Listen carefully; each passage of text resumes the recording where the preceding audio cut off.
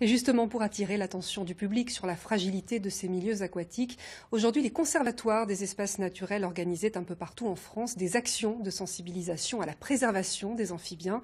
Exemple au Grand Lens en Isère avec ce reportage de Xavier Schmitt et Jean-Christophe Solari. Là, la femelle est bien rousse, mais oui. Les visiteurs découvrent le miracle du printemps, la saison des amours chez les grenouilles et les crapauds. Des liaisons dangereuses, il leur faut souvent traverser les routes pour rejoindre les zones humides. Même s'il n'y a qu'une voiture qui passe par minute, c'est 9 crapauds écrasés sur 10.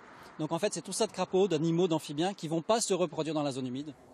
Une cinquantaine d'hectares protégés, la réserve naturelle nationale du Grand Lens, avec son étang, ses tourbières et une faune et une flore exceptionnelles. Et puis unique en Europe, un crapauduc d'1 kilomètre de long, installé en 2005. À peu près tous les 50 mètres, on a fait un passage, hop, et les animaux ils tombent dans ce puits. 14 passages sont aménagés sous la route. Ils permettent de sauver des milliers d'amphibiens, des grenouilles aux tritons. Alors qu'est-ce que c'est tout ça? Les tritons, ça m'a intéressé de les voir, comment ça marchait, comment ils passaient sous les routes et tout ça. Mais on fera plus attention quand même maintenant quand on roulera à pas écraser ou à faire attention au moment de la migration des crapauds.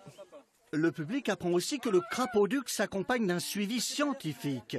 Les amphibiens jouent un grand rôle dans l'écosystème des zones humides, pour la chaîne alimentaire, dès la ponte des œufs, et pour la qualité hydrologique. Je sais pas combien de centaines d'œufs. Ils vont filtrer 3 fois le volume de la mare. C'est vraiment très efficace. Alors il faut voir en plus, c'est vraiment un filtre par de petites bouches, etc. Très efficace, bien plus que le serait un robot en piscine par exemple. Les amours batraciens et leurs balades reflètent la santé de la réserve naturelle. Ce patrimoine fragile est unique. Il remonte à plus de 10 000 ans après le retrait des glaciers du Rhône et de l'Isère.